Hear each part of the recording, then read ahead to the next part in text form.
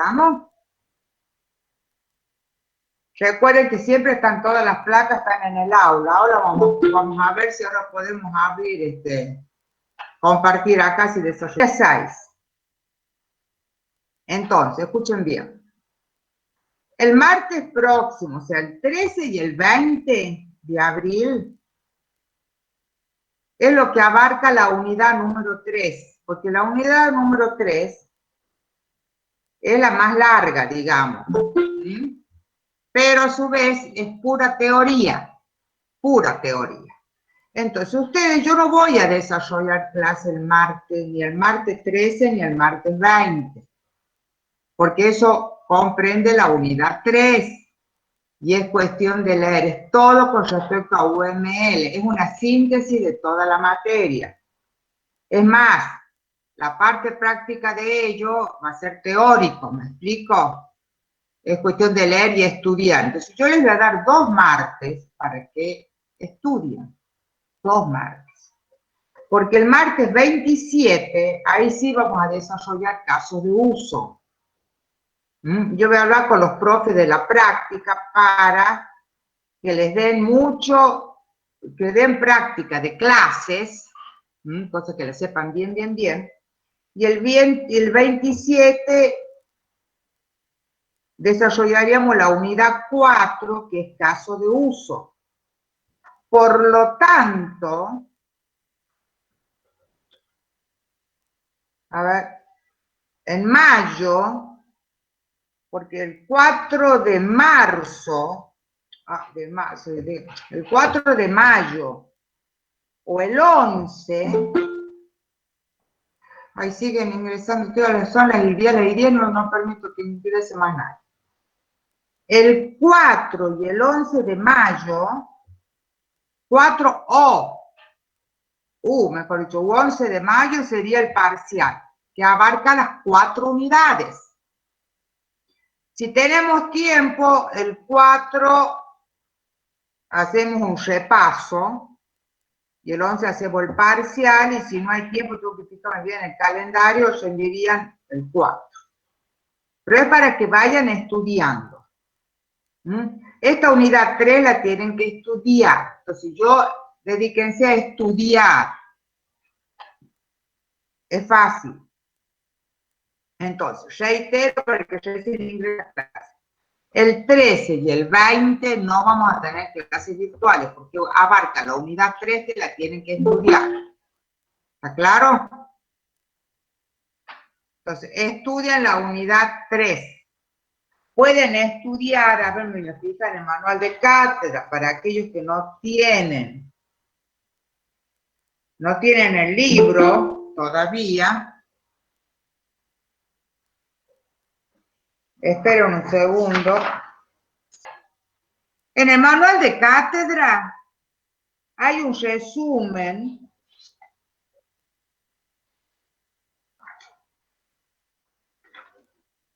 que es la última página. Ahí tienen como un cuadro sinóptico y ustedes vayan estudiando así esa unidad, ¿ok? O sea, van a empezar con 9. Ya vamos a charlar antes que termine la clase, vamos a charlar para yo darles una guía. ¿Estamos? Bueno, yo lo veo. Antes, háganme recordar, cuando terminemos de desarrollar la clase, pues ya no ingresa más nadie, son las 3:10. Cuando terminemos de desarrollar la clase, de esta unidad que se llama precisamente clase, háganme recordar, si es que me olvido, que hablemos sobre la unidad 3. Bueno, joven, a ver si puedo, vamos a empezar. Ahora vamos a ver clases. Ustedes saben, se acuerdan que la clase pasada dijimos que, bueno, toda esta programación orientada a objetos, lo nuevo era que manejamos conceptos tales como objetos, clase. Dijimos que clase estaba formado, ¿cierto?, por un conjunto de objetos de características similares. Es decir, que yo en una clase no puedo armar una clase con animales y autos, por ejemplo. Los objetos tienen que ser de características similares. Entonces era una clase de auto, una clase de animales, una clase de personas, una clase, etcétera, etcétera. ¿Estamos? Por eso dice que una clase está constituida por un conjunto de objetos de características similares. Vamos a ver si podemos compartir esto. Espérenme un segundo. A ver si, por fin. Bueno. Entonces. Acá en la clase,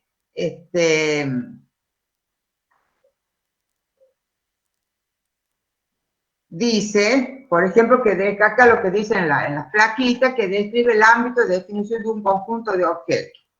Claro, cada objeto pertenece a una clase. ¿Por qué? Porque lo que acabamos de decir, las clases están formadas por conjuntos de objetos de características similares. Las generalidades están en las clases y las particularidades en los objetos. Por lo tanto, yo digo, y esto se le tiene que grabar, se dice, por eso se dice que los objetos son instancias de la clase. Un objeto es una instancia de una clase. Y una clase para los objetos son abstracciones. ¿Qué son las clases para los objetos? Abstracciones. Por eso las generalidades están en las clases y las particularidades en los objetos. Aparte dice acá que los objetos informáticos se construyen a partir de la clase por un proceso llamado de instanciación. Es lo que yo estoy diciendo, que los objetos son instancias de la clase. ¿Estamos hasta ahí? ¿Estamos? Sí, profe. Sí, profe. Bien. Sí. Cuando ustedes no entiendan algo, me paran, pero esto es muy teórico, es fácil. Y después lo plasman en la, ¿cómo se llama? La parte práctica. O sea, recuerden que la teoría, si bien se va tomada de la parte práctica, pues uno termina de aprender con la práctica. Bien. ¿Cómo se representa una clase? Una clase se representa como un rectángulo con 3 compartimentos. En la primera va a estar el nombre de la clase, en el otro van a estar los atributos de la clase y por último las operaciones. Las operaciones son qué es lo que se le hace y no se le hace a un objeto, o sea, las acciones y reacciones que tiene un objeto, esas son las operaciones.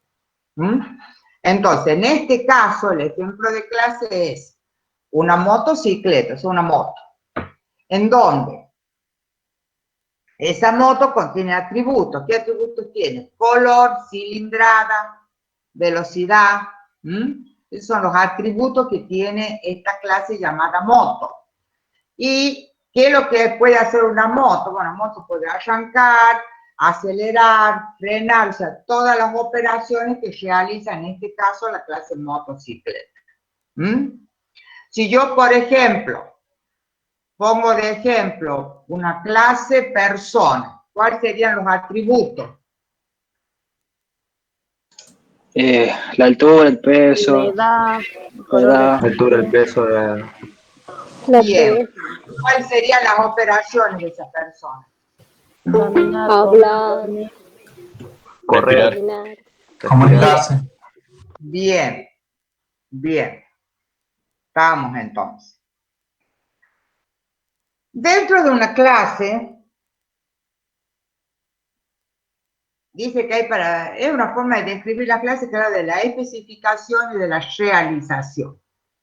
O sea, las clases se las puede describir, otra manera de describirla con la especificación, ¿cierto? Y la realización. La especificación se refiere al ámbito de definición de una clase y la realización lo que hace, es decir, cómo sería la instancia. La generalidad estaría en la especificación y la realización en las particularidades. Y también lo que tenemos que tener en cuenta es que tenemos otro concepto, aparte de lo que dijimos de clase, de objeto, de herencia, el encapsulamiento. El encapsulamiento es ocultar todo que se pueda ocultar, por ejemplo, las características, propiedades de una clase. De ahí que tenemos los niveles de ocultamiento pueden ser público, protegido y privado. Si es público, va a ser conocido a todas las clases amigas, protegido será a las clases que ella elige y privado a ninguno. Y esos son los signos, de público con el signo más, protegido con el signo igual y privado. Son los niveles de encapsulamiento. La cepa dice que acá hay un concepto que dice que la separación entre lo que es una especificación, es decir, el nombre que yo doy de una clase y lo que realiza, que es la realización, se lo hace a nivel de abstracción, es decir, a nivel de una clase, no participa a nivel de los objetos. Y lo que acabo de decir también, que los detalles están en la realización y la generalidad en la especificación. Esto es algo informativo, para que lo tengan en cuenta. Después hay algo acá, que yo creo haber cambiado las plaquitas, y a ver, espero que hayan salido. Porque las placas anteriores estaban como muy limitadas. Lo que yo quiero que sepan acá, la clase se relaciona, o sea, nosotros ya, o sea, ¿cómo se relacionan los objetos? A través de qué se relacionan los objetos. Enlaces. Bien, o sea, un enlace significa que un objeto ve a otro, o se conoce a otro, ¿verdad? Pero se comunican a través de qué? De mensajes que van sobre los enlaces. Eso lo vimos. Ahora bien, las clases por lo general utilizan la relación de asociación. Tienen varias relaciones. Tienen asociación, tienen relaciones de dependencia, tienen relaciones de agregación. Ya vamos a ver cada una de ellas. Que por Profe, supuesto no es que sea... Sí. disculpe que le interrumpa, pero hay un compañero que no lo aceptó en la llamada. Y no lo acepté porque son más de las 3:10, a las 3:15 quiso ingresar. Así que lo lamento.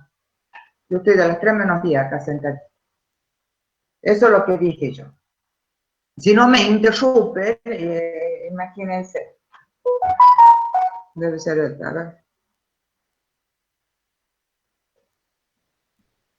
Es que voy a dar lugar a que ingrese. Bueno, ¿en qué estaba? Estaba diciendo las relaciones entre las clases que por lo general utilizan asociación. Lo que tenemos que saber es que si bien es cierto, dice relación entre las clases, porque estamos desarrollando esta unidad, toda relación que aparezca de un objeto, de un concepto, significa que son relaciones de UML, ¿no?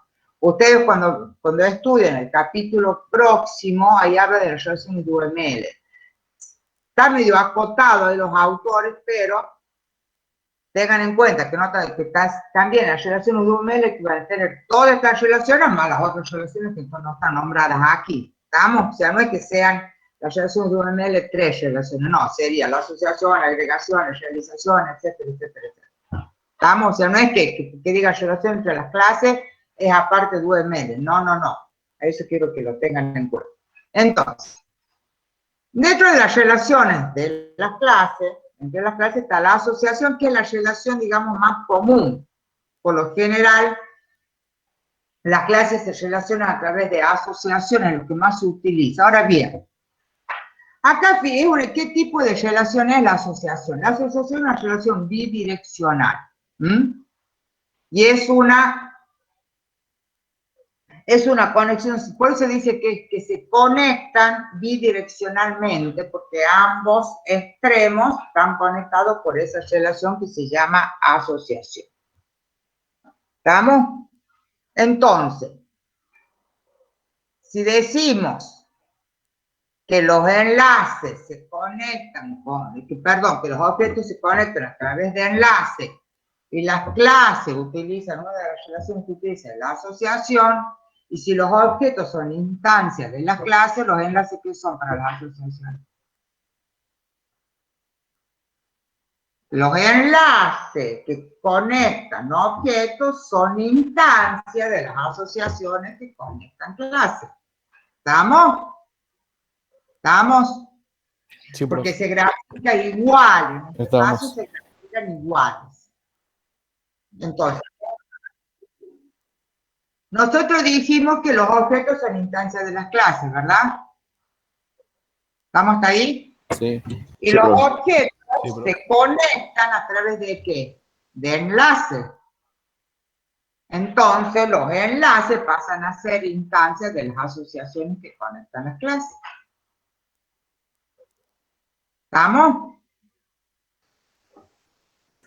Sí, profe. Bien. Sí, profe. Sí. Sí, profe. Bueno, bien.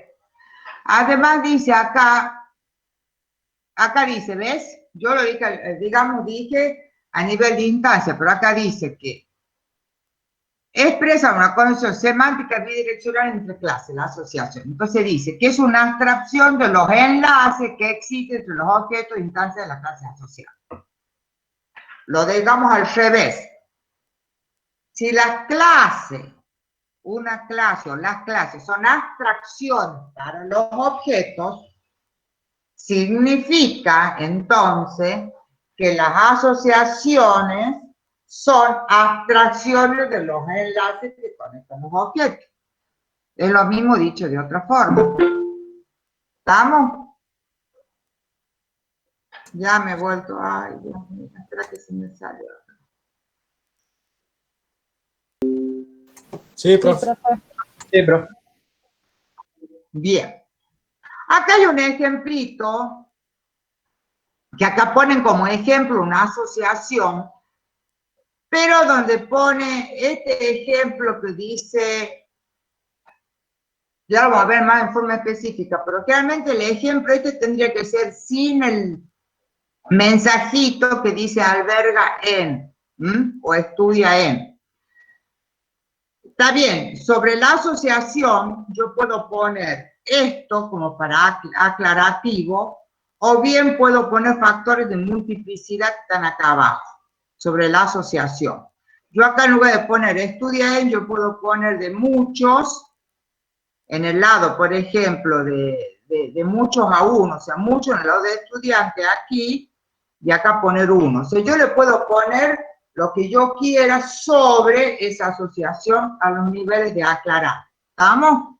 Pero el ejemplo en este caso sería la clase de universidad, una clase de estudiante, en este caso. No está, por supuesto, con los tres compartimentos. Bien. Acá es lo que yo les decía ayer, bueno, la asociación, que puede, esa asociación que acabamos de ver, que pueden ser calificadas, que es en el caso que yo pongo, por ejemplo, en este ejemplo que es alberga en, acá la estoy calificando yo. ¿Estamos?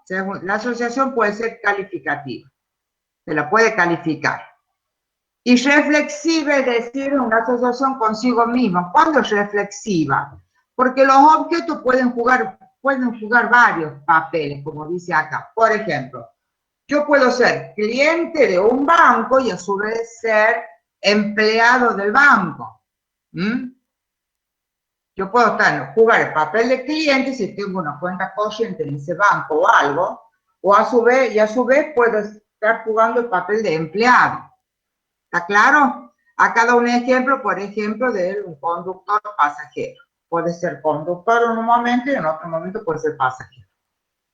La multiplicidad es lo que yo les acabo de decir cuando yo utilizo factores aclarativos que van sobre esas asociaciones. También la clase, las relaciones de la clase de dependencia. La clase de dependencia, que eso lo van a ver en ¿cómo se llama? En el capítulo que viene, pero en definitiva es cuando una clase depende de otra y se grafica no con una línea recta, como en el caso de un enlace o una asociación, sino que son líneas, es una línea entrecortada con la punta o digamos la flecha redonda. ¿Estamos? Y eso ya lo van a ver de todas maneras, pero sí lo que quiero que sepan que las relaciones de dependencia son puntos entrecortados. No es una sola línea recta. A medida que vayamos viendo la materia, recuerden que lo que les dije la clase pasada, tenemos que ir captando los gráficos. Y después tenemos generalización y especificación o especialización, es lo mismo, especialización o especificación, que cuando ustedes lean o vean esta relación, es una relación clasificadora, digamos, o factorizadora, también puede factorizar, y siempre habla de la herencia. Se lo utiliza mucho para la herencia. La generalización y especialización o especificación, también fíjense siempre fíjense en la gráfica, es una línea recta con la flecha. La flecha puede ser entera o puede ser vacía, lo mismo. Puede estar pintado o no, pero eso ya lo vamos a ver. Pasa, cuesta mucho acá porque los fines gráficos faltaría eso, pero bueno, en la unidad siguiente van a ver todo el gráfico. Pero la generalización, y siempre se grafica de abajo hacia arriba.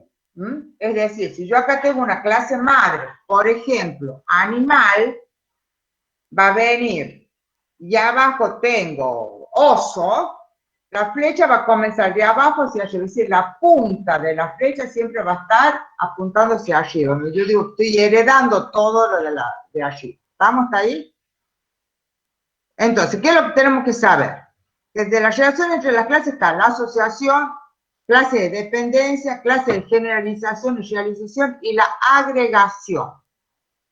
Hay otra relación de las clases que es la agregación, que es esta.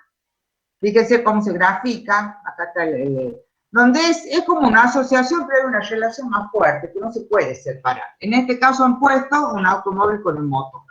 En el caso de una computadora sería la CPU. No podemos separar la CPU del resto, porque si no nos quedamos con chatarra.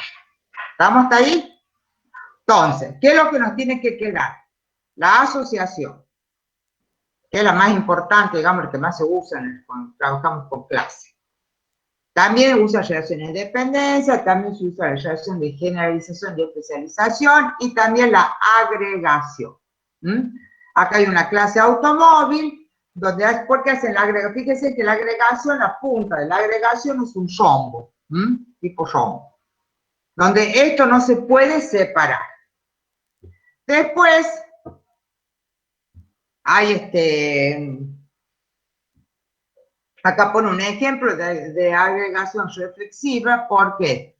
Porque podemos ser una persona, puede ser papel de padre y también de hijo. Es lo que dijimos recién. Bien. Acá hay reglas, que es un poquito más de lo que dije yo recién de los enlaces, que son instancias de las asociaciones de las clases, esto. Acá son reglas que gobiernan la transición entre los diagramas de clase y los diagramas de objeto. Dice, cada objeto es instancia de una clase y la clase del objeto no puede cambiar durante la vida del objeto. Lógico. Si yo estoy conteniendo objetos, yo no puedo cambiar el nombre y continuar con otra clase de objetos. Eso continúa totalmente. Cada clase llamadas abstractas no puede ser instanciada. Eso lo van a ver. Hay unas clases abstractas que por lo general se utilizan en momentos de ejecución. Por eso la diferencia entre una y las clases que estamos viendo ahora, que eso no puede ser instanciada. Eso lo van a ver en la próxima unidad. Entonces nosotros por lo general lo usamos poco. Después los enlaces vinculan los objetos, las relaciones vinculan las clases. Está bien. Los enlaces vinculan objetos, las relaciones vinculan las clases. Las relaciones como por ejemplo la asociación. Un enlace entre dos objetos implica una relación entre las clases de los dos objetos, lógico. Un enlace entre dos objetos indica que estos se conocen y que pueden intercambiar mensajes. Eso ya lo sabemos. Y después dice que los diagramas de objetos que contienen objetos y enlaces son instancias de los diagramas de clase que contienen clases y relaciones. ¿Estamos? Esas reglitas las leen. No hace falta que las sepan de memoria. Yo no les voy a pedir el reg. Bien. Acá, fíjense, es otro ejemplo de la relación de generalización y especialización, que en definitiva define la herencia de los objetivos.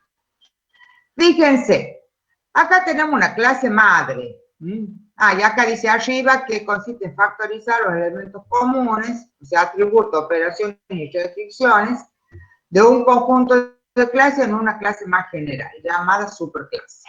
La especialización captura las particularidades de un conjunto de esos objetos. O sea, se factoriza los elementos, las características de arriba hacia abajo. Pero la relación se grafica de abajo hacia arriba, que es lo que yo le decía recién. Y acá la flecha está pintada. Bueno, si tenemos que rendir en forma presencial, no es necesidad, pueden pintar o no pintar la punta de la flecha. A mí eso es indistinto. Lo que sí me interesa es que sea coherente, que sea homogéneo la clase. Por ejemplo, en este caso, ponen clase madre, vehículo. De esa clase madre o clase padre, vehículo, hereda, vehículo terrestre, vehículo aéreo. Y dentro de ellos especializamos más con un automóvil, camión, y el otro aéreo puede ser avión y helicóptero. ¿Estamos hasta ahí? Acá está la gráfica de lo que es la generalización, y fíjense ustedes que es diferente a lo que vimos recién, que era la agregación, que era un rombo. Muchas veces cuando nosotros graficamos, ya a medida que nos vayamos entendiendo más la materia, con solo ver el dibujo ya vamos a entender de qué se está hablando, si es una asociación, si es una agregación, si es una generalización, especialización, o si es una relación de dependencia. ¿Me siguen? Sí, profe. Sí, Sí, profe. profe. Sí, profe. Bien, ya se me va, no lo quiero dejar de ver. Bueno, siguiendo con el tema de la generalización y especialización, que son de superclase y subclase, dicen que es más difícil encontrar los superclases, pero los programas son más fáciles de desarrollar. Y es más fácil encontrar las subclases, pero es difícil realizar. Eso es un dicho, pero bueno, en definitiva, depende del criterio de cada uno y de la facilidad que cada uno tiene de graficar. Yo, por ejemplo, cuando grafico la clase, lo primero que hago es poner la superclase.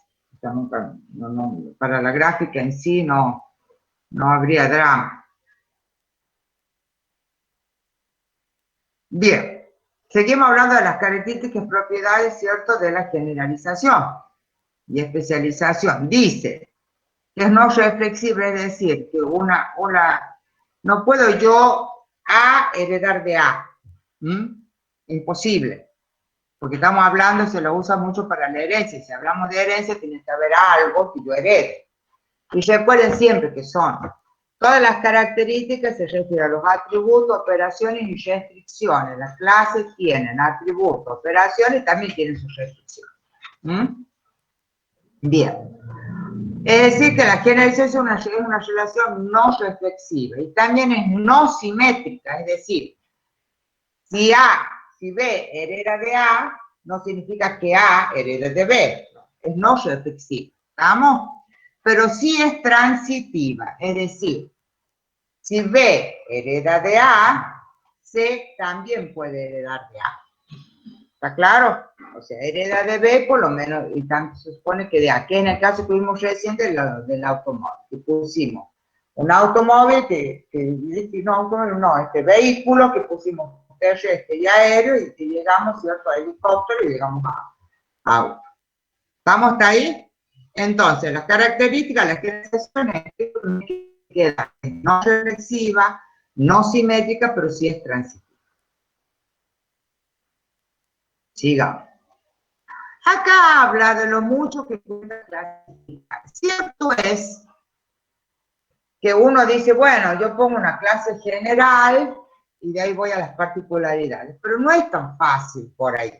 No a todos nos resulta fácil. Entonces, no tan solo que tienen que ser estables las clasificaciones, sino muchas veces hay que basarse en los criterios para clasificar. Por ejemplo, en el caso de los animales se utilizan criterios, por ejemplo, la estación, el tipo de alimentación, su protección. Hay otros criterios que se utiliza la forma de dormir, que no todos los animales duermen de la misma manera, pero esos son criterios que no dejan de ayudar a la clasificación. ¿Estamos? Y también lo que tenemos que tener en cuenta, que las clases tienen que ser homogéneas, es decir, o coherente. Yo no puedo poner, por ejemplo, en el caso de recién, a ver, ya lo voy a volver a poner a creo que era del del auto, acá, en vehículo. Yo acá, por ejemplo, que estoy usando la generalización, fíjense que esto es coherente y es homogéneo. Si yo tengo un vehículo, acá hay vehículo terrestre, vehículo aéreo, y acá pongo ejemplo, especializo más todavía o especifico más el tipo de vehículo terrestre, que no significa que sea un único, por supuesto, y acá pongo un vehículo aéreo, un avión y un helicóptero. Acá no se puede poner marcas. Por ejemplo, voy a poner automóviles que yo ponga, qué sé yo, Peugeot. No porque se hace infinito, y eso sería una clasificación no homogénea. ¿Está claro? No van las marcas, no van los colores, para que una clasificación sea consistente. ¿Está claro? Sí, profe. Sí, profe. Sí, profe. Bien. Sí. Bien. Acá veamos. Bien. Hay un principio que yo lo amo, ese principio. Hay un principio que se llama el principio de sustitución, como el Padre Nuestro lo tienen que saber, que seguimos hablando de la herencia. O sea, es para cuando nosotros, utilizamos la herencia a los fines de modelar o la generalización. Acá lo que está diciendo, en definitiva, fíjense ustedes acá en el dibujo antes de leer este trabalengua. Yo no es trabalengua, pero bueno, por ahí a ustedes les resulta un poquito más difícil. Es de acá, esta es la clase de hijo y esta es la superclase. Entonces, de acá para allá. En definitiva, ¿qué está diciendo? Si yo saco de acá un objeto y lo pongo acá arriba, no tiene que alterar la coherencia del programa. Si yo saco, por ejemplo, volvemos al tema del vehículo, si yo saco el auto y lo pongo acá, sí, eso no va a afectar en nada porque es un vehículo. O sea, un auto está dentro de la familia de los vehículos. ¿Está claro? Eso es una manera de comprobar que la herencia está bien hecha. Entonces acá dice que el principio de sustitución afirma que debe ser posible sustituir cualquier instancia de una superclase por cualquier objeto o instancia de una subclase sin que la semántica del programa escrito en los términos de la superclase sea afectada. Eso es lo que dice el principio de sustitución. Y ese principio de sustitución se lo pide y mucho. Eso lo tienen que saber. En definitiva es esto, sacarlo de acá y ponerlo allá y no debe alterar la coherencia. Eso es todo lo que dice el principio de sustitución. ¿Estamos? Jóvenes. Sí, profe. Sí, profe. Sí, Bien. Sí, profe. Sí, profe. Y por ejemplo, profe, un ejemplo de que Bueno. alteren, Acá. ¿Cómo? un ejemplo de que altere. Yo, por ejemplo, si pongo auto, no estaría alterando la superclase. ¿Qué tendría que poner para que lo Bueno, ¿y altere qué y va a esté alterar? mal? Por ejemplo, vos podés alterar si pones, suponte que has hecho una clase no homogénea, que pongas 2, que es una marca, no existe. O que de pronto en lugar de poner el auto, pongas a ver, ¿qué puede ser? Un triciclo. Un juguete, triciclo, que no es un automóvil. Ahí está afectando la coherencia de lo que es todo un programa. ¿Por qué? Porque es algo que no tiene nada que ver. Una moto está bien porque es automóvil. Y la moto es un medio ¿cómo se llama? No, de transporte tampoco, pero un medio para movilizar, no es un automóvil. Todo lo que no sea auto, terrestre en este caso, o aéreo, por eso pusimos vehículo, terrestre o aéreo, no ingresaría. ¿Vamos? No, pero en el caso de la moto sí. Porque no sirve La para moto puede ser para porque es un transportarse, vehículo ¿no? terrestre. Es un vehículo terrestre, pues. ¿O no? Sí. Pero vamos al Sí. hecho que no es algo igual. A eso se refiere. Bien. Acá hay un ejemplo de polimorfismo. El polimorfismo es otro concepto que entra, ¿cierto?, en la programación orientada a objetos. Así como la herencia, el encapsulamiento. El polimorfismo también juega su papel importante porque es cuando una operación se puede comportar de diferentes maneras. Acá pone un ejemplo, por ejemplo, es una clase animal, se pone el zoológico, compuesto por un animal, y ahí pone una acción, digamos, de dormir. Si usted se pone entonces ese dormir desencadena varias operaciones. ¿Por qué? Porque el tigre duerme de una forma, el león de otra y el oso de otra.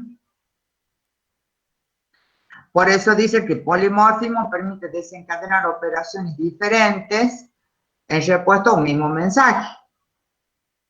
¿Estamos? Eso es el polimorfismo. Si yo pongo, por ejemplo, un ejemplo de mover, yo puedo mover una pantalla, puedo mover una pieza de ajedrez, puedo mover una silla. O sea que es una operación que desencadena varias respuestas. Entonces acá dice que cada subclase, o sea, no debemos olvidarnos que cuando hablamos de herencia, cada subclase hereda todo de lo de arriba, es decir, atributos, operaciones, restricciones, pero a su vez tienen sus características propias. Entonces acá tenemos la orden de dormir, pero el oso va a heredar todo eso dormir, pero a su vez va a dormir de su manera, tiene su característica propia. Entonces acá dice que cada subclase hereda de la especificación de las operaciones de su superclase, pero tiene la posibilidad de modificar localmente el comportamiento de estas operaciones, es decir, la forma de dormir, a fin de tener en cuenta mejor las peculiaridades relacionadas con un nivel de abstracción dado. A eso se refiere. Pero ¿qué es lo que nos tiene que quedar a nosotros? Que dado la especificación que sea de dormir, vamos a heredar el dormir, pero cada uno con sus características propias. Es lo importante de todo lo que es la herencia. No es que no nos tenemos que olvidar que tenemos características propias. Bueno, y con esto terminaríamos lo que es la unidad 2. O sea, todo lo que sea de clase. ¿Estamos hasta ahí? Ya deja de compartir, ¿saben? Así seguimos charlando. Ok, profe. ¿Preguntas? ¿Preguntas sobre clase? ¿Qué es lo que nos tiene que quedar de la clase? Concepto de clase, cómo se grafican las clases, están 3 compartimentos, que las operaciones o por lo que los atributos pueden ser ocultos, que tenemos 3 tipos de niveles de encapsulamiento o de ocultamiento, que es el público, el privado y el protegido. Tenemos que saber también que las clases, por lo general, tienen relaciones, y dentro de esas relaciones está la asociación, dependencia, agregación, y generalización y especialización. La relación que más se usa entre clases es la asociación, porque esa asociación, al ser un tipo de relación calificada, yo les puedo poner arriba de esa asociación, de la conexión, puedo poner este nombre, con fines de aclarar, aclaratorio, no es que ser una aclaración, como así también factores de multiplicidad, que van sobre la asociación. Después tenemos relaciones de dependencia, que una asociación depende de la otra, y la generalización y especialización, que habla mucho sobre ella, que no deja de ser otra cosa de una herencia, es decir, una relación clasificadora donde se hereda todo de la del arriba, que se le denomina superclase, más hay que tener en cuenta las características propias. Para clasificar, la clasificación tiene que ser algo coherente, por lo que no van marcas, pues si no se nos hace algo infinito, borroso, y hay un principio de sustitución que verifica que la herencia esté bien hecha, que esa clasificación que yo usé para modelar esté bien realizada. Eso es todo lo que tenemos que saber. Después que sí, que hay reglas, ¿cierto? Que que dictan o que entre los objetos y las clases, pero nosotros de esa reglita lo que nos tiene que quedar bien en el cerebro es que los objetos son instancias de las clases y las clases son abstracciones. Entonces, si yo conecto, los objetos se conectan con enlaces, esos enlaces que conectan objetos son instancias de las clases, de las relaciones que conectan las clases. O dicho de otra manera, que ese enlace que conecta o vincula objetos son instancias de la asociación que vinculan clases. Entonces, instancia de los objetos, abstracciones de las clases. Eso es lo que nos tiene que quedar claro. Cuando yo pregunto qué son las clases para los objetos, ustedes me van a decir abstracción. ¿Estamos hasta ahí? Ahora, enciendan las cámaras. ¿Alguno? Yo el que lo vea más seguido, ya me voy a acordar yo que ya. Alexi va a ser el primero que tengo. Acá, bueno, Mayra también. Vayan saliendo porque no puede ser que yo sola nomás salga acá mi carita. Vamos, los quiero ver. Aquí también hay, habla de la jerarquía de la clase. Dijimos también que la jerarquización era ¿se acuerdan que era no reflexiva? Eso lo dijimos. ¿Qué más era? No reflexiva, ¿qué más era? ¿No qué? Simétrica. Bien, y si es Transitiva. Transitiva. Bien, bien. Acá habla de la delegación también, lo estoy viendo aquí, que no lo tenemos en las plaquitas. Léanlo, la delegación, que se utiliza para achicar o para sintetizar, digamos, un poquito la gráfica. Pero eso volvemos a lo mismo de hace un rato. O sea, cada uno grafica de acuerdo a sus criterios. Sí tenemos que tener un criterio para graficarlo. Yo no puedo graficar algo que tenga en cuenta, qué sé yo, la forma de dormir, la forma de comer y la forma de, qué sé yo, de correr. No. Tengo que tener criterio. En tu caso, cómo duermen o cómo se alimentan, cómo lo voy a clasificar yo a esa clase. Acá hay un ejemplo y después pone también el polimorfismo, habla bastante, léanlo porque es muy lindo el polimorfismo. Y es lo que nosotros vimos recién. Después tienen, recuerdo que siempre en el manual hay ejercicios al finalizar cada capítulo. Entonces esos ejercicios háganlo también. Y los que no entienden después lo preguntan. ¿Está claro? Porque es bueno para tener más práctica. Enciendan las cámaras que tengo uno solo viendo acá. Bueno. Entonces les decía para los que ingresaron tarde. Cuando comenzamos lo dije. La 3, que digo que es larga, pero es fácil. Yo les voy a decir cómo la tienen que estudiar esta unidad. Les voy a dar una mano al respecto. Eso me puse yo en el trabajo cuando hice este manualcito. En la última página del manual, ahí está cómo deben estudiar. Entonces, primero empezamos con UML. UML está por qué. O sea, para aprender bien UML, ¿qué es lo que tenemos que saber nosotros? Tenemos que saber los bloques,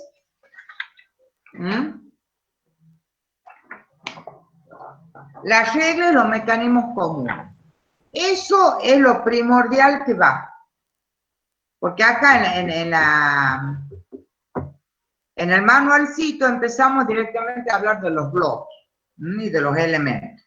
¿Vamos? Pero si ustedes van a la última página, fíjense cómo está presentado. UML, para aprender UML o conocer bien UML, tenemos que saber bloques, reglas y mecanismos comunes.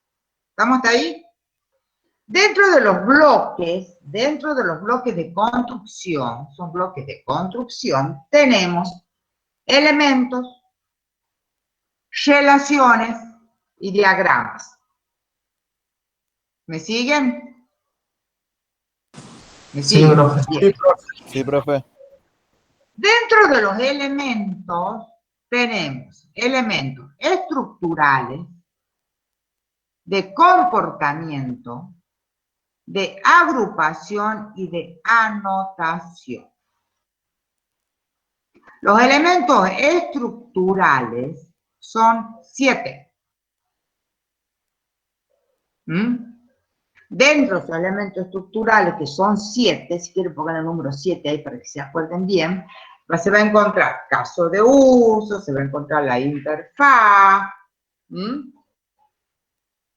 se va a encontrar una clase, se va a encontrar una colaboración, cada uno con su gráfica.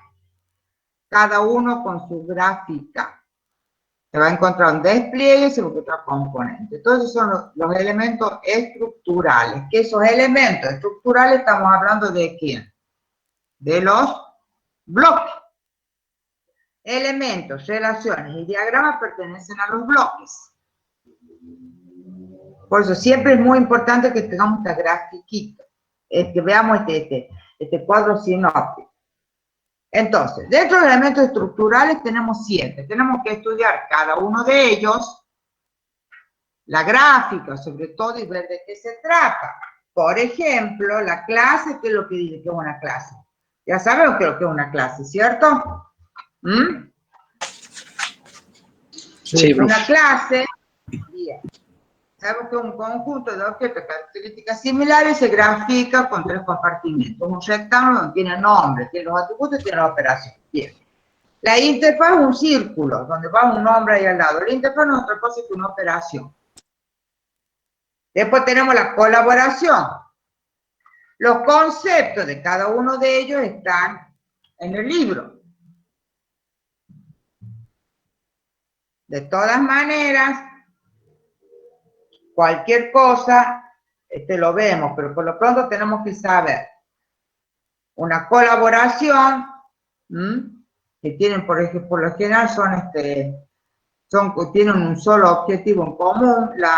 Si bien es cierto, los casos de uso, ya vamos a estudiar, los casos de uso manifiestan el qué se debe hacer, pero a la larga se instancian en colaboración. Bien. Después la clase activa, que es lo mismo que la clase común, pero porque se utiliza para la parte de ejecución, perdón.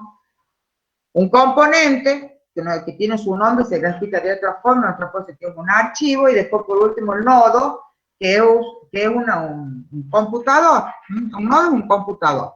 Y los componentes viven dentro de los nodos, porque los componentes no son otra cosa que los archivos. Después tenemos los elementos de interacción, que los elementos de comportamiento, esos serían los estructurales, los 7 que acabamos de nombrar. Después están de comportamiento, que son los de interacción. Los de interacción son 2, que es de secuencia, son los elementos, digamos, estos de comportamiento, no manejan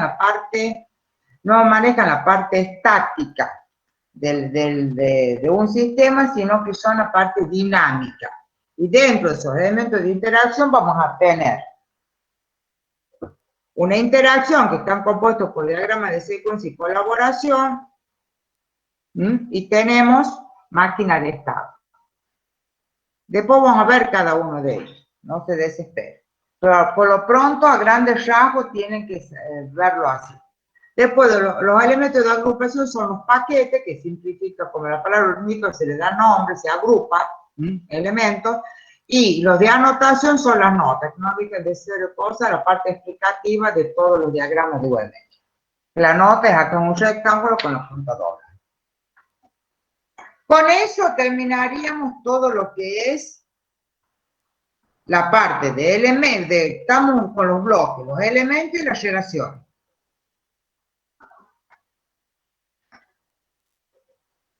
Después terminamos con la parte de elementos. Después vienen las relaciones. Ya acá está lo que yo decía recién. Tenemos relaciones de dependencia, asociación, generalización, realización, agregación, también forma parte. Todas las relaciones de UML.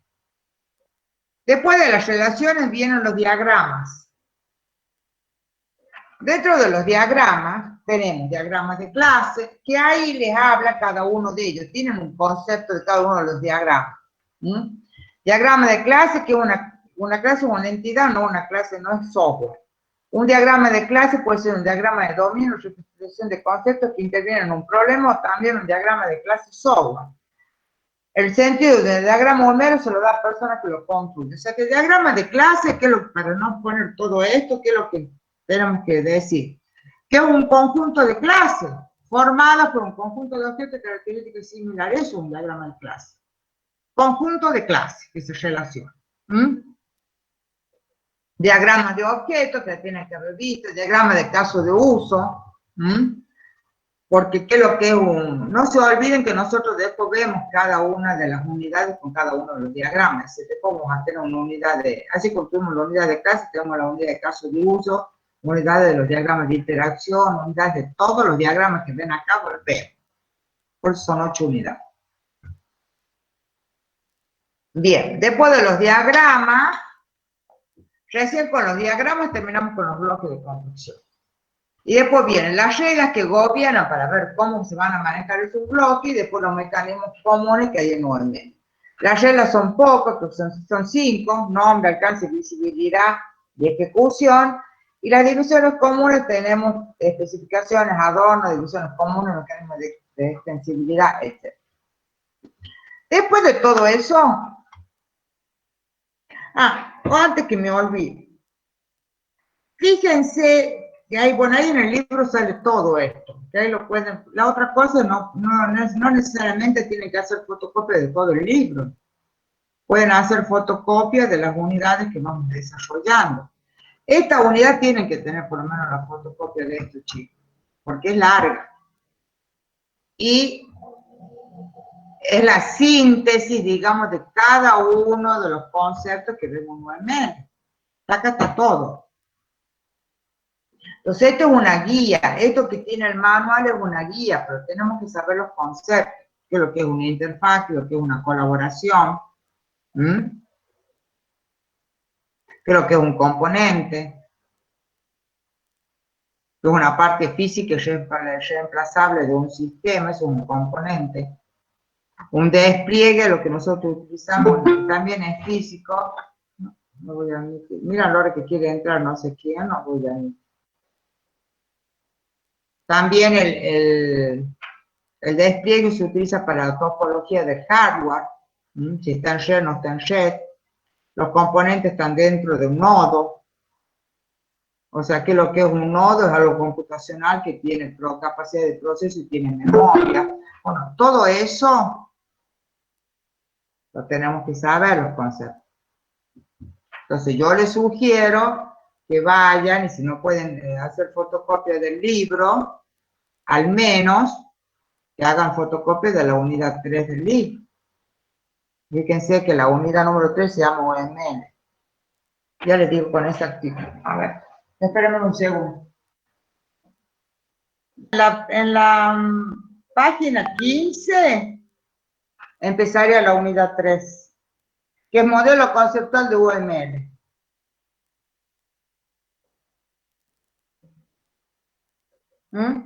Que acá empezamos con los bloques de construcción, son las 3 clases, son los elementos, relaciones y diagramas. Dentro de los elementos tenemos elementos estructurales, de comportamiento, de agrupación y de anotación. Y acá tenemos los conceptos de cada una de las cosas. Y es de la 15 a la... Porque la arquitectura tenemos que ver también, que comprende, está dentro de esta unidad, que es de la 15 a la 29. La otra es que saquen fotocopia de eso. Y se llama modelo conceptual de UML. Si no pueden fotocopiar todo el libro, no se requiere. Porque acá van a tener los conceptos de cada uno de los cosas, de los elementos que mencionamos. ¿Estamos? Y ya vamos adelantando, porque por ejemplo, cuando hablamos de caso de uso como uno de los elementos estructurales, un caso de uso, ¿qué es lo que es? Que sale ya el eje de, ¿cómo se llama? El concepto de un caso de uso, que ustedes ya van adelantando que es una, por ejemplo, un caso de uso es una descripción de un conjunto de secuencias que ejecuta el sistema y devuelve un valor significativo para quien, para un actor. Entonces ya de a poco vamos familiarizándonos con cada uno de los diagramas. Porque acá, que son los 9 diagramas, que son los que nosotros vemos, cada uno de ellos tiene su concepto. Es muy importante el caso de uso, y esto véanlo, al menos el concepto, porque eso es lo que vamos a desarrollar nosotros el día, ¿qué día dijimos? El 27 de abril, ¿no? ¿Eso dije? Estamos 6 y 7, 13, 20, sí, el 27. Ahí desarrollamos la unidad 4 y después la rinde. Ya viene, vamos a ver si podemos dar una clase de apoyo y después lo vamos a decir la característica del parcial. En el parcial van las 4 unidades, van a ser teórico-práctico. Recuerden que tienen que obtener responder el 60% para obtener el 4. Y es teórico-práctico. ¿Qué quiero decir con esto? Si de los 2 ejercicios, de los 3 ejercicios que vamos, seguramente, o de los 2, porque clase va a ir seguro, caso de uso va, eso es lo más seguro que vaya. Si uno de ellos está mal, ya tenemos la mitad ahí, tenemos que tener por lo menos uno bien y el otro, por lo menos, encaminado. Y si no, y eso en cuanto a la parte práctica, o sea, tenemos que tratar de sacar, hacer uno bien y el otro encaminado, y en la teoría sí o sí tenemos que tenerle 6 preguntas, 6 respuestas correctas, sobre todo en la teoría.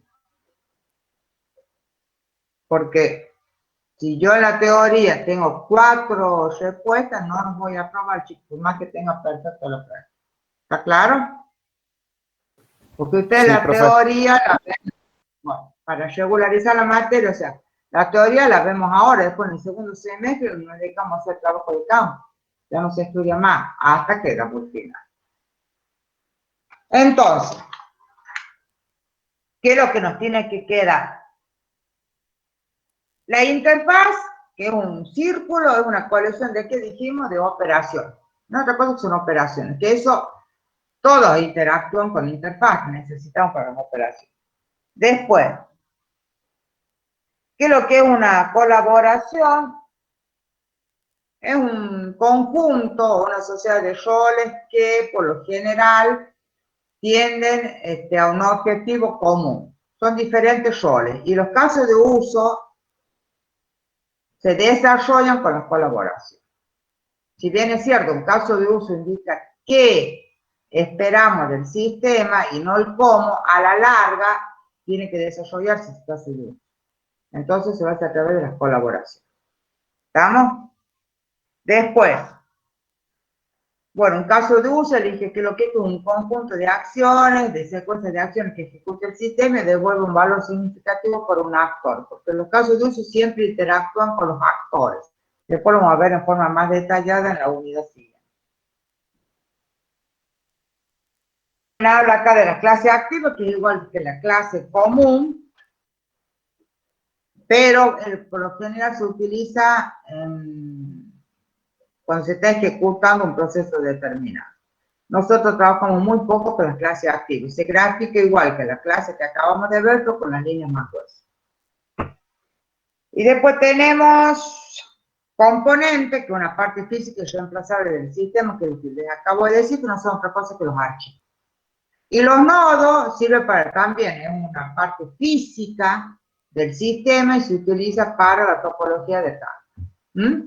¿Veis que son nodos? Y los componentes están dentro de quién? De los nodos. Viven en los nodos. ¿Estamos? ¿Estamos hasta ahí? Sí, profe. Sí, profe. Sí, profe. Sí. Sí, profe.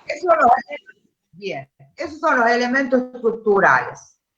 Y después pasamos a los elementos de comportamiento, que recuerden bien que dentro del diagrama de UML tenemos los diagramas que se utilizan para la parte estática y diagramas que se utilizan para la parte dinámica. Los elementos de comportamiento son las partes dinámicas de los modelos de UML. ¿Mm? Les explico cuáles son de las partes dinámicas de los modelos de UML. Los diagramas de interacción, que son dos, que es diagrama de secuencia o colaboración. También denominado este último como de comunicación. Son dos, los de interacción. Secuencia y colaboración o comunicación. Después están las máquinas de estado y el diagrama de actividad. El diagrama de actividades también son dos. Eso lo vamos a ver más adelante. Pero eso quiero que sepan, para que ustedes sepan que son los que modelan la parte dinámica de sistema. Todo el resto, componentes, despliegue, clase, objeto, son estáticos. Modelan la parte estática, así se les dice, así se los separa. Entonces, si yo digo, los elementos estructurales que están dentro de los bloques, que hay tres tipos de bloques de construcción, tenemos elementos, relaciones y diagramas. Dentro de los elementos, los estructurales son 7, que es lo que acabamos de decir.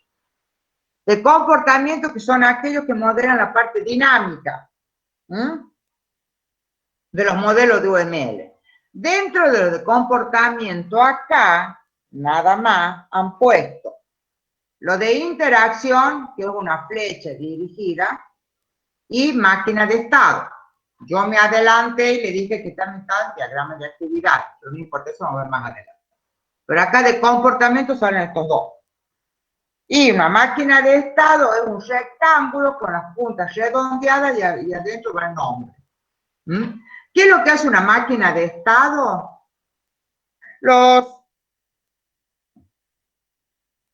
Empecemos. De comportamiento tenemos una interacción y tenemos máquina de estado. Una interacción que lo que es un conjunto de mensajes que se intercambian con un conjunto de objetos. Eso es una interacción. Comprendo un conjunto de mensajes intercambiados con un conjunto de objetos. Eso es una interacción. ¿Y cómo se dibuja? Con una línea recta y una flecha. Al último, pinta. Y después tenemos máquina de estado. ¿Qué es lo que es una máquina de estado? Se grafica con un rectángulo, con las puntas redondeadas y adentro el nombre. Una máquina de estado define el comportamiento por el que pasa un estado durante toda su vida. O sea, los diferentes estados por los que pasa un objeto durante toda su vida. Eso define una máquina de estado. Entonces, si yo digo que es un comportamiento que describe los diferentes estados que pasa un objeto durante toda su vida, por lo general una máquina de estado le va a dar ya un ejemplo, por ejemplo, un aire acondicionado. Eso para los sistemas empotrados, es decir, los que van cambiando. Entonces, y siempre son por estímulo externo, o sea, dado el estímulo externo se provoca la interacción. Por ejemplo, el estado normal de un aire acondicionado estará apagado. Si yo lo enciendo, que es el estímulo externo, va a pasar de apagado a ¿qué? A encendido, ¿sí o no? Encendido, sí. O sea, en este caso va a ser enfriándose hasta que esté frío. O sea, no es que esté frío, se está enfriando y así. Son estímulos externos. Cada estímulo externo permite el cambio del objeto. Entonces el objeto de estar encendido va a pasar enfriándose, luego va a estar en estado frío, después va a haber otro estímulo que diga demasiado caliente, entonces va a volver a estar apagado y así sucesivamente. ¿Está claro? Entonces son los diferentes estados por los que pasa un objeto durante toda su vida. Entonces, ¿qué es lo que nos tiene que quedar acá en claro? Que los elementos de comportamiento son dos. Una interacción, que es el conjunto de mensajes que se intercambian entre el conjunto de objetos, y máquina de estado, que es un comportamiento, define los diferentes estados de un objeto durante todo su vida. ¿Está claro? ¿Estamos hasta ahí?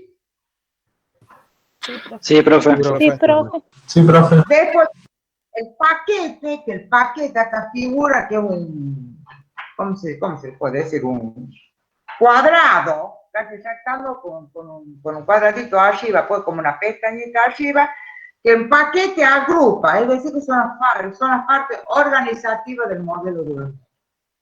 ¡Pum! Eso lo queremos saber nosotros. O sea, los elementos de agrupación tenemos uno solo, que es el paquete. La parte organizativa, nos permite para organizar, agrupa. Y después tenemos los elementos de anotación, que tenemos uno solo también, que es la nota. ¿Para qué sirve la nota? Para aclarar todos los gráficos, ¿cierto?, que utilizamos en los modelos. Son las partes explicativas de los modelos de OM. Con eso ya terminaríamos con los elementos estructurales del comportamiento de agrupación y anotación. Listo, terminamos. Después vienen las relaciones.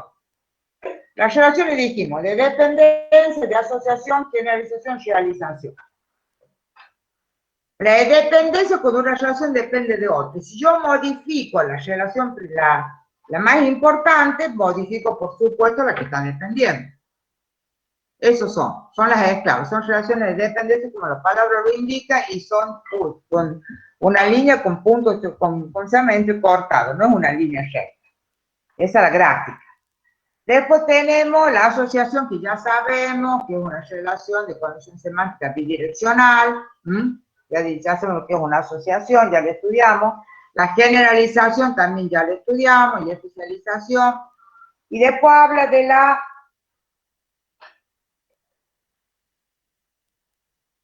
realización es similar, el pasa que es donde se hace, hay una relación más fuerte con una asociación donde se especifica un contrato que dice que uno va a hacer tal cosa y el otro lo realiza, suponte una operación dada.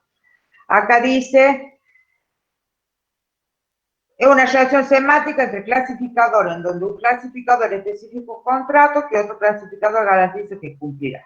Se pueden encontrar relaciones de realización en dos sitios, en interfaz y en las clases, claro. Las clases, por ejemplo, para instanciarse la clase se utiliza interfaz. Interfaz, recuerden ustedes que son operaciones. Entonces son como contratos. Si yo digo que se haga una suma, esa suma la va a realizar esa operación. Entonces esas son las relaciones, digamos, que no se pueden interrumpir. Son relaciones similares a una agregación, pero similar, porque esto trata con interfaz. Eso es lo que tenemos que saber, nada más, de las relaciones. Habla de estos cuatro. Y después de los diagramas, que hable de cada uno de ellos. ¿Qué es lo que es un diagrama de clase? Un conjunto de clases, un conjunto de interfaces y de colaboración, ¿cierto? Acá dice que cubren la vista y diseño estático de un sistema. Los diagramas de objetos muestran un conjunto de objetos y sus relaciones. Los diagramas de objetos representan instantáneas de instancias de los elementos controlados en los diagramas de clase. Lo que quiere decir que los diagramas de objetos son instancias del diagrama de clase. Punto. Después habla de diagramas de secuencia y los diagramas de colaboración, que son un tipo de diagrama de interacción, que es lo que yo les acabo de decir. En el diagrama de interacción tenemos dos, de secuencia y de colaboración. El de secuencia va a describir cómo se envían los mensajes a través de un tiempo, de un periodo de tiempo dado, eso se llama de secuencia. Arriba van los objetos y los mensajes van intercambiándose uno arriba del otro, a través de un tiempo. En cambio, el de colaboración es la forma estructural de los objetos, es lo que representa. Eso de todas maneras hay que ser tranquilo porque soy toda una unidad de estos diagramas, ya lo vamos a ver. Pero por lo pronto que tenemos que saber en estas instancias, que los diagramas de interacción son dos, de colaboración y secuencia. ¿Vamos? El de colaboración muestra la forma estructural, cómo se organizan los objetos, y el de secuencia, cómo a través del tiempo se envían los mensajes. Listo. Después diagrama de caso de uso, que ya le dije yo que lo que es un conjunto... Bueno, ya una mensaje porque vienen a detrás de una computadora. ¿Cómo? ¿Alguien está hablando? Bueno, alguien tiene que tener el micrófono abierto. Después diagrama de caso de uso, que es un conjunto de casos de uso y actores. ¿Y qué es lo que los casos de uso también cubren la vista estática de un sistema? Los diagramas de clase, ya dijimos que lo que son también cubren la vista estática de un sistema. Después un diagrama de estado, que son las máquinas de estado, que es lo que yo acabo de definir. ¿De qué va a contar una máquina de estado? Va a contar de estado de los objetos, transiciones, eventos. Transiciones cuando dado el evento este externo, supongo que yo lo encendí al aire, La transición es lo que permite saltar de un estado para otro. Eso ya lo vamos a ver también en forma detallada. Después, diagrama de actividades, que el diagrama de actividades, se lo digo desde ya, es un tipo especial de máquina de estado. Por eso en el libro, es más, en el libro primero está diagrama de actividades, pero yo doy primero diagrama de estado, porque el diagrama de actividades es un tipo de máquina de estado. Dentro del diagrama de actividades tenemos dos, diagrama de calle y diagrama de flujo de control. Vamos a ver quién es quién. Pero yo quiero que sepan que sepan desde ya que un diagrama de actividades es un tipo de diagrama de estado. También son dos. ¿Qué es lo que muestra? El flujo de actividades dentro de un sistema. Por eso se llama diagrama de actividad. ¿Qué muestra el flujo de actividades? Y después tenemos diagrama de componentes, que también cubren la vista estática de un sistema, que es algo físico, un componente, y nada más. Vamos a hacer eso, que es la parte física y reemplazable de un sistema, y que viven en los nodos. Es lo único que tienen que saber ustedes, que están dentro de los nodos. Y después un diagrama de despliegue, es un nodo, o sea que dijimos que es un sistema computacional que posee capacidad de procesamiento y algo de memoria. Y acá dice que muestra la configuración de nodos de procesamiento, el tiempo de ejecución, los componentes que reciben ellos. Para el programa se utilizan los diagramas de despliegue, son para mostrar la topología de hardware. Y dentro de ese nodo, aparte de la topología, están los componentes, viven los nodos. Y después las reglas, que eso es fácil, como llamarlo, nombre, alcance, visibilidad, integridad y ejecución. Y por último, los mecanismos comunes. Que lo leen. A mí me interesa mucho las reglas, sí, porque las reglas son las que dictan los diagramas, o sea, los nombres, que cómo vas a identificar, cómo llamar a cada uno de todos los elementos UML, o sea, el diagrama de clase se caracteriza por su nombre, ¿verdad? Después tenemos diagrama de objetos, eso se refiere por los nombres, para poder cada uno de nosotros identificar todos los elementos que comprende UML. El alcance es el alcance que tiene cada uno de ellos. Por ejemplo, el contexto que da un significado. La visibilidad, como se pueden ver y ser utilizados por otros. Integridad, como se relaciona en ejecución, que se refiere cuando se ejecuta la parte dinámica de un modelo. Eso. Y después los mecanismos comunes, léanlo. Eso lo vamos a ver dado el momento. Ahora bien, al finalizar, que acá no está en el manual, viene la arquitectura en esta unidad. Por eso digo que es la más completa. Y ya que estamos, terminamos con esto, ya deben estar cansados y se quiero agotar. En la arquitectura,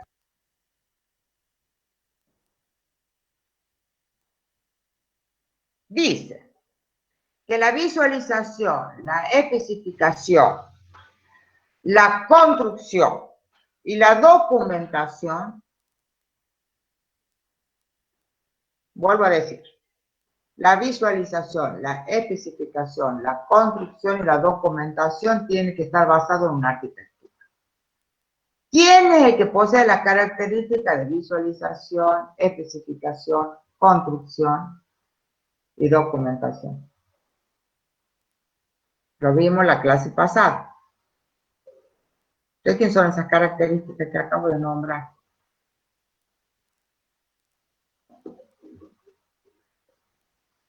Jóvenes, ¿nadie sabe? Las características que acabo de nombrar, de visualización, especificar, documentar y construir. Sí, señora, OML, bien, Luciana. Entonces, todo lo que, ¿qué quiere decir? Que todo esto UML, con todos los diagramas, todos los elementos que presentan, bla, bla, bla, tiene que estar basado en una arquitectura. Arquitectura se denomina, del sistema. ¿Por qué? Porque esta arquitectura, ¿qué va a definir? La organización del software, va a definir la selección de los elementos estructurales que yo voy a utilizar, si voy a utilizar una interfaz, si voy a utilizar una colaboración, si el caso de uso, una clase. ¿Mm? O sea, que define la organización, los elementos que voy a usar, los diagramas que voy a utilizar para realizar el modelo indicado. La composición de esos elementos estructurales también, que va, que no va. Todo eso voy a utilizar, o sea, que tiene que estar sí o sí UML, o para desarrollar un sistema basado en esta arquitectura. Y de esa arquitectura se la simplifica con 5 vistas. Eso lo tenemos que saber. Esto hay que saber. O sea, que todo tiene que estar basado en arquitectura. ¿Por qué? Pues la arquitectura nos permite organizar, nos permite decidir qué elementos estructurales vamos a usar, qué diagramas vamos a utilizar, de qué manera vamos a modelar, todo eso. Y esa arquitectura que es tan amplia se la simplifica en 5 vistas, que son vista de caso de uso, vista de diseño, vista de proceso, vista de implementación y vista de despliegue. Y eso lo tenemos que saber sí o sí. Sí o sí. La arquitectura que comprende la unidad 3 la tenemos que saber. Yo me conformo y quiero que sepan las vistas. Creo que es una arquitectura que es una base de todo. Veanlo así, que nos permite organizar, dirigir, decidir, etc. Y a su vez se la puede simplificar en 5 vistas. Vista de caso de uso. ¿Qué es lo que va a describir la vista de caso de uso? Va a comprender los casos de uso que describe qué cosa, el comportamiento del sistema.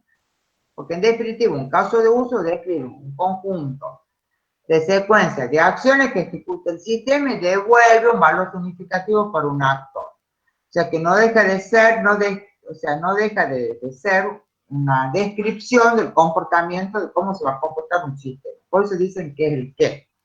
Pero a la larga va a tener que aparecer el cómo, y el cómo se hace a través de las colaboraciones. Eso lo dije con los casos de uso. Entonces, la vista de caso de uso describe el comportamiento del sistema y cómo es percibido por un actor, o sea, por el usuario. ¿Está claro? Eso describe la vista de caso de uso. Que la vista de caso de uso es un conjunto de casos de uso que describen el comportamiento del sistema tal y como es percibido por los usuarios finales. ¿Cuáles serían los usuarios finales? En este caso, por ejemplo, los analistas. Nosotros lo llamamos actor, puede ser cualquier usuario final. ¿Está claro? La vista de proceso, o la vista, perdón, del diseño de un sistema va a describir todo lo que se hace, o sea, qué es lo que yo estoy desarrollando, todo lo nuevo, qué es lo que estoy diseñando. Por lo tanto, ¿qué va a incluir? Las clases, interfaces, colaboraciones, y la solución de cada uno de esos. O sea, ¿qué soporta la vista de diseño? Los aspectos funcionales del sistema. La vista de diseño soporta los aspectos funcionales del sistema. Toda la parte funcional. Después viene la vista de proceso.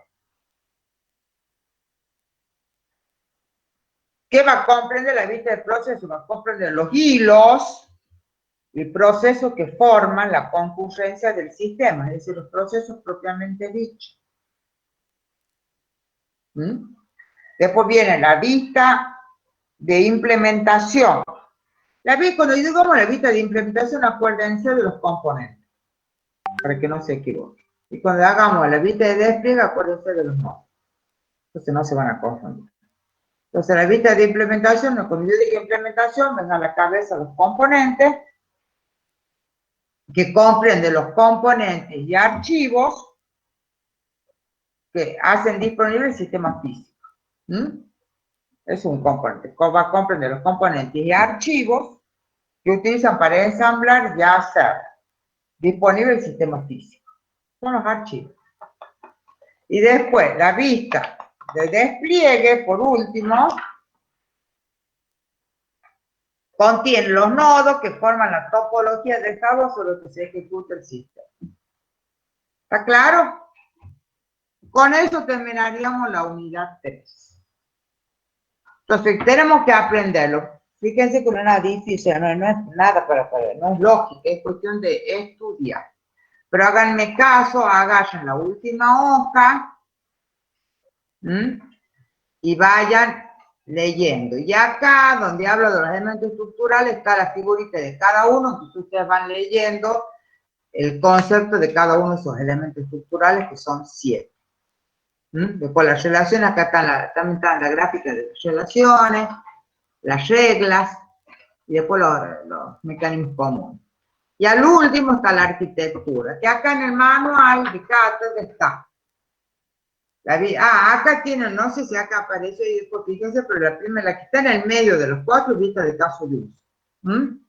Acá dice lo que comprende una arquitectura, la organización del software, la selección, el comportamiento, la composición y el estilo arquitectónico. Todo eso de lo que comprende la arquitectura de UML se le sintetiza en 5 vistas. Vista de caso de uso, vista de diseño, vista de proceso. Acá está vista de caso de uso, define acá está el comportamiento y una síntesis, la vista de diseño que es la funcionalidad del sistema, la vista de proceso, la capacidad de crecimiento, rendimiento, son los archivos que componen todo mejor dicho, la parte de construcción de los procesos. La vista de implementación, que está el componente, que es el ensamblado del sistema que está en configuración, o sea que donde tenemos los archivos y componentes. Y en la vista de despliegue, la topología. Después habla del ciclo de vida y desarrollo del software. Y acá habla de RUP. Porque cuáles son las características de los RUP, dirigido por caso de uso, centrado en la arquitectura, interactivo, incremental. Y bueno, y no les voy a pedir más, porque hay más cosas, pero no les voy a pedir más porque es como medio, necesitamos una interacción más, en este caso presencial, o sea, vamos a ver los tallos. Fíjense que acá tiene en la parte de la arquitectura, por lo menos está descrito lo que es una arquitectura en sí en el manual. Pero yo les sugiero que saquen fotocopia de la unidad 3, aunque sea del libro, lo que no pueden hacer todo el libro, porque hay también los conceptos desarrollados de cada uno de los elementos. Y ya, la unidad 3, la unidad, digamos, que es la síntesis de UML, por eso muchas veces los estudiantes con condición de libre, bueno, ahora no, pero cuando es presencial, por lo general suelen elegir esta unidad 3 porque es la síntesis de toda la materia. Porque está hasta la arquitectura. Y al menos estudiando, sabiendo bien la unidad 3, saben los conceptos de todos los elementos que incluyen el UML. ¿Estamos? Sí, profe. Sí, profe. Bueno. ¿Alguna duda? O sea, hemos hecho una síntesis pequeña de la unidad 3. Porque la unidad 3 es larga porque son muchos conceptos que tenemos que aprender. Entonces, por eso le doy 2 martes para que estudien, porque no tiene sentido que yo me sienta acá a repetir este diagrama de esa unidad. La tienen con la profe Jorgelina, que eso hay que aclararlo. Bueno, esto lo vamos a ver, que es en el segundo semestre, porque en lugar de ver máquina de estado, ustedes ven herramientas CAIS, que es eso está en el programa de ustedes. Pero licenciados e ingenieros ven máquinas de estado. Entonces, cada uno de los diagramas lo vemos. El diagrama de clase que vimos hoy, la clase que vimos, o sea, como vamos a desarrollar el 27, vamos a ver casos de uso, después viene diagrama de interacción, después viene máquina de estado, diagrama de actividades, componentes de estilo. Y terminamos con la materia. O sea que lo vemos cada uno de ellos. Pero arquitectura, por ejemplo, lo tienen que saber. Profe, disculpe, ¿cómo se llamaba el libro para anotarlo bien? El lenguaje unificado de modelado por Schumbach, Bosch y Jacobson. Y yo lo anoté la clase pasada. Que tomaron nota y uno de los compañeros dijo que sí estaba ahí. ¿Cómo se llama la fotocopiadora? Sí, ¿Qué? No escucho. CIF. CIF. CIF. Y ahí debe estar también los apuntes, chicos. Yo creo, si mal no recuerdo, que yo dejé apuntes de las 3 primeras unidades. Apuntes hechos por mí también, fíjense. Creo que tu unidad también está hecho un apunte yo. Independientemente del libro, creo que hay un apunte hecho de tu unidad. Fíjense que es lo que resulta más fácil. Pero debe estar. Yo creo que dejé el libro y dejé las unidades. No te acuerdo, es tanto tiempo y no me acuerdo. O sea que sí o sí tenemos que sacarle copia. Que nos vamos a volver a ver. Yo voy a empezar a desarrollar la unidad 4, pero no sé si al finalizar la unidad 4 o antes de la unidad 4 voy a hacer preguntas sobre la unidad 3. Preguntas de lo que nosotros tenemos que saber de esa unidad 3. Porque hay muchos casos, por ejemplo, que no lo usamos. O sea, la práctica que hacemos práctica de cada uno de los diagramas. Y en la vida real, o sea, cuando tenemos que hacer un sistema, o sea, hay cosas que por ahí no lo usamos. Las cosas que no lo usamos, yo no le pongo interesa de las cosas que llegamos a usar. Y también tenemos que saber a esta altura que ninguna metodología es perfecta, pero yo sí puedo diseñar o desarrollar un sistema con tomar un poco de cada una de las metodologías. ¿Estamos? Acá lo lindo tiene UML, que es gráfico, entonces al ser un lenguaje gráfico, yo si estoy modelando algo con caso de uso y le quiero mostrar a mi cliente, el actor ese que interactúa va a ser él, entonces lo ve gráficamente y lo entiende más. Porque lo bueno que tiene esto es que interactúan, lo hacemos interactuar al usuario para que entienda. Entonces más dinámico, más entretenido. Si no, antes era como que vos diseñabas solito y el otro ni le preguntabas si le gustaba o no le gustaba. Ahora es como que hay una interacción, al participar el cliente constantemente y dar lugares a que no haya errores, o que no haya falsas interpretaciones, porque constantemente lo estamos haciendo trabajar con nosotros y él está viendo el avance de su sistema. Que es el diseñar si le gusta. Nosotros usamos una metodología para organizarnos, ¿cierto? Nada más para basarnos en ella, pero eso no, en la vida real puedes usar cualquier herramienta para diseñar. ¿Mm? Bueno, jóvenes, ¿alguna duda? Profe, ¿cómo es la modalidad para rendir? ¿Rendir qué? El parcial. ¿Se rinde? Mira, eso del parcial, sí, lo que pasa es que somos muchos. Sí. Entonces, vamos a, yo creo, y lo va a ser lo más seguro, yo lo charlo con los otros integrantes de la cátedra, pero va a tener que hacer tipo cuestionario, como hicimos el año pasado, pero con la diferencia, pues como es a libro abierto, a ver, poco tiempo que se les va a dar, porque si yo hago ese examen, yo lo hago incluyendo la parte práctica, yo lo hago en 15, con 20 preguntas. Pero, ustedes no soy yo, por supuesto, porque imagínense la teoría la voy cerrando todo. Pero, va a ser, seguro que va a ser múltiple choice, 20 preguntas, porque ya lo hice el examen, yo soy muy previsora, son 20 preguntas de las 4 unidades. Los prácticos deben ser 2 seguros, eso no los hago yo, lo hacen los chicos de la parte práctica, yo por supuesto verifico, que seguramente ustedes van a ir contestando y van a tener que hacer un papel, o sea, en otro lado, pasarlo en Word, hacerlo en Word y pasarlo, subirlo, porque, o hacerlo en un papel, sacar una foto y subirlo, porque no hay otra manera de hacer la parte práctica.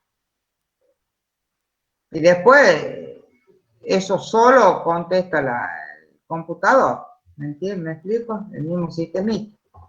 Ponen las notas. Entonces ahí ponen 60% correcto, 50% correcto, 40% correcto y de acuerdo a eso yo pongo las notas. Pero háganse de esa idea. Van a hacer 20 preguntas y bueno, ya les digo, no está seguido uno lo del otro. O sea, no es que van a empezar qué es UML o qué es SHUP, no, quizás empiecen por la unidad número 3, después ponte la 2, la 1, la 4. Y van a tener un tiempo para responder. Yo, si es 30, me dio mucho, pero calculo que 30 minutos, 35 les puedo llegar a dar.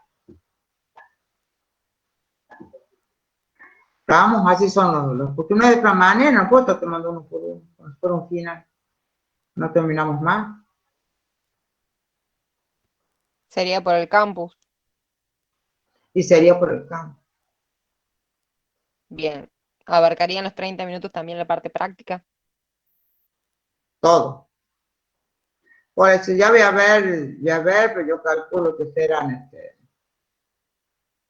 depende de la complejidad de los ejercicios, yo los tendría que hacer y ver más o menos cuánto les puede llevar a ustedes a realizar. O sea que si yo veo que son medio complejos, igual, se les dará más, pero 40 como mucho. 40 como mucho, porque si es un diagrama de clase se les pide, qué sé yo. Un caso determinado, que seguramente van a tener un enunciado, y después diagrama caso de uso seguro, caso de uso de las dos formas, de contexto y de requisito, eso seguro. Y uno de los dos tiene que estar bien hecho, porque si los dos están encaminados, chicos, no los voy a aprobar. Las notas las pongo yo. Sí, o sea, la parte práctica, uno tiene que estar bien resuelto. Bien, y el otro puede estar encaminado, bueno, pueden zafar. Pero si los dos están encaminados y no hay ninguno resuelto, no los apruebo por más que tengan bien la teoría, se los digo en serio. Esas son las reglas.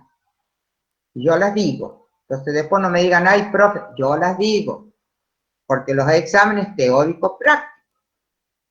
Si fuera teórico solo, bueno, pero no, es teórico práctico. Tenemos que aprobar la parte práctica, tenemos que aprobar la parte teórica. Es así. Entonces, caso de uso les cuesta horrores, y debe haber. Por eso es bueno que estudien bien, que lean caso de uso, vayan adelantando, porque eso les cuesta mucho.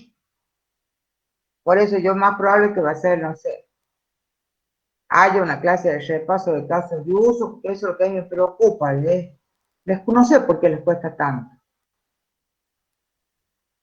De todas maneras, cuando desarrollamos la clase, que les voy a dar tiempo para que estudien, no es que no les dé, no hagamos lo virtual estos 2 martes, no.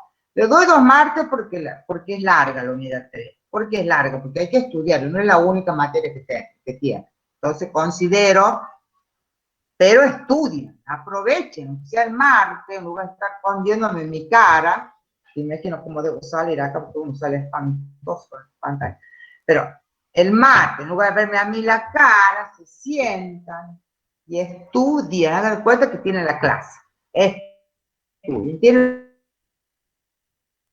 2 martes, o sea, que pueden estudiar la mitad y el otro martes y ya es un repaso. Entonces, pues no digan que no, aprovechen, no la agarren para mejor, porque me van a ver a mí el 27 y ahí se pueden sacar algunas dudas que les pueden haber quedado. Yo no creo que tengan porque únicamente teoría, no van a tener, pero aprovechemos. Y de paso nos sacamos todo para el parcial. Porque en el parcial seguro que venir preguntas de la unidad 3, pero seguro, no es que para menor duda. Y 2 prácticos van a ir. Clase va seguro y va, ¿cómo se llama? Casos de uso. El caso de uso tenemos se puede modelar de 2 formas. De contexto, que ponen los casos de uso generales, y el de requisito, que se pone los otros casos de uso necesarios para que el sistema funcione. Entonces, los casos de uso, tenemos el diagrama de casos de uso, que son círculos alargados, digamos, tipo elipse, adentro va su nombre y afuera están los actores. Los actores son los que interactúan con los casos de uso. No forman parte los actores del sistema, son los que interactúan. Por ejemplo, si vamos a modelar un cajero automático con casos de uso, yo, cliente, soy actor, porque yo voy a consultar cuáles son los casos de uso principales. Ingresar PIN, consulta. O sea, así vamos modelando, en este caso, consultar un cajero. O retirar dinero, depende de lo que vayamos a hacer. Pero me gustaría que lean, por favor, estudien la unidad 3. Y si pueden sacar copia de la unidad 3 a la unidad 4, aquel que no puede sacar copia de todo el libro, por lo menos saquen copia de eso. Porque capaz que hay por ahí, hay unidades en el libro que no las desarrollamos porque es más de lo mismo. O sea, la otra que quizás les convenga sacar copia por unidad. ¿Me explico? De la página 15 les dimos 15 les dije, ¿no? Sí, profe, ¿Me de la escuchan? 15 a la 22, dijo. A ver, corazón, sí. De la 15 a la... No, a la 22, no, a la... La 29. De 15 a 29, 20, dijo, profe. a la 29, de la 15 a la 29. Y después, ves, acá hay unidades, abstracciones, claves, eso no vemos nosotros. Porque por ahí no les convenga saltar. Les convenga sacar por unidad para que no gasten tanto. Y la de casos de uso, que esa la tienen que ir viendo, ya que van, pueden sacar también casos de uso. Pero un segundo, hay muchas cosas, que por supuesto no están de mal, que puede comprar el libro en buena hora, que compre el libro. Acá tenemos clases, porque los libros son mucho más extensos, que acá habla de todas las relaciones de las clases, todo lo que vimos hoy. Hablan de los mecanismos comunes, acá los tienen por separado. Acá están los diagramas, acá está toda la unidad 3.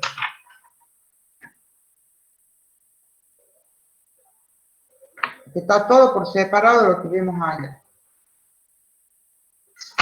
¿Me entienden?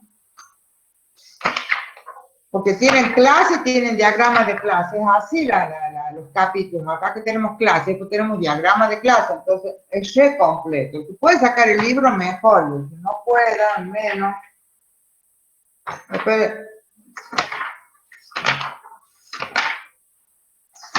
estoy tratando de encontrar... Capítulo 18.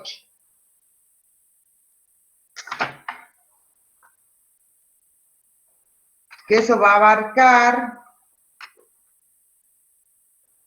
No, capítulo 16, perdón, no, capítulo 18. Capítulo 16. Abarca de la 190... Ya que estamos, le pone también los diagramas. De la 190... a la 209. El que quiere sacarla directamente por capítulo. ¿Estamos? Sí, profe. Muchas gracias, profe. No, de nada. Entonces, si Dios quiere, nos vemos ¿cómo se llama? El martes 27, a la misma hora. Bien, profe. ¿Ahí está viendo, profe? Ahí estoy viendo, Sí. pero a ver, pásame ahí algo. No, si se manda de referencia y todo, a ver Sí, si... en la tapa. Porque hoy sé que ahí me lo tomaron Quédate ahí en el prefacio. A ver. Esquema general del libro.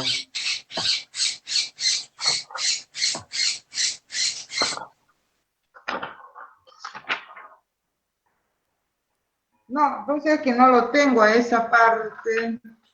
Dígame alguna página en particular y yo me... A ver, fíjate en la página 15. Que es la que tenemos, que la que nosotros dijimos que empezaba esto, que me interesa. Fíjate en la 15. Esta es la 15. que hay en un modelo. No, no es el mismo. No importa. Lo mismo va a servir ese, porque seguramente en algún lado, Sí, ya me fijas el otro, en algún lado va a hablar de los bloques de construcción de UML, algo va a hablar de UML. ¿Ves por qué modelamos? Lo vimos la semana pasada, sí. acá el capítulo 2, concepto de lo que es Ahí está, parte ¿ves? 2, concepto de UML, Ahí está, seguí. un paseo por UML, vista de lo que es UML, tengo el cuadrito esa de la tabla, vista estática. Bueno, ¿ves qué otra manera de presentarlo? Yo a ustedes le hablé de dinámico y de estático. Sí, De todas maneras, también va a servir a ver cosas ahí. Fíjense, mira, ahorita los casos de uso, está hablando de la arquitectura y habla de los casos de uso. Está como, de creo que otra esta es la otra, está como organizado de otra manera. sí, diagrama de colaboración, ahí están los Ya, cuadritos, estaría dentro del diagrama de interacción. sí, vista de máquina de estado, Sería cuestión de que se guíen por el manual de cátedra sí, y busquen que los vayamos, temas ahí. y vamos sacando cositas de acá, en el caso que no Claro, el que no pueda ir, exactamente, porque ahí va a estar a la larga o a la corta cuando está el concepto de todo. sí, sí, sí, o sea que es válido, digamos, usted lo toma por... Ojo, esta es la otra versión, vos sabés que la versión más adelantada, si mal no recuerdo, si mal no recuerdo. Esta versión, ajá. Sí, sí. Bueno, entonces podemos utilizarlo, Pueden utilizarlo a guíense por el manual de cátedra, sobre todo la unidad 3 al último, que está ese cuadro sinóptico, guíense por ahí y vayan sacando los conceptos. bueno, profe, Hagamos así. bien, entonces usted lo toma como válido, podemos sacar algunos conceptos, supuestamente este es una versión más. Cualquier concepto que no aparezca y si de pronto es un concepto, y bueno, no importa, se le pide a otro compañero que dé el libro o la apunto, de último yo se los dicto, eso no tengo problema. Bueno, gracias, profe. No, de nada. Me da- Suerte, y por favor, nos estamos viendo entonces el 27, recuerda.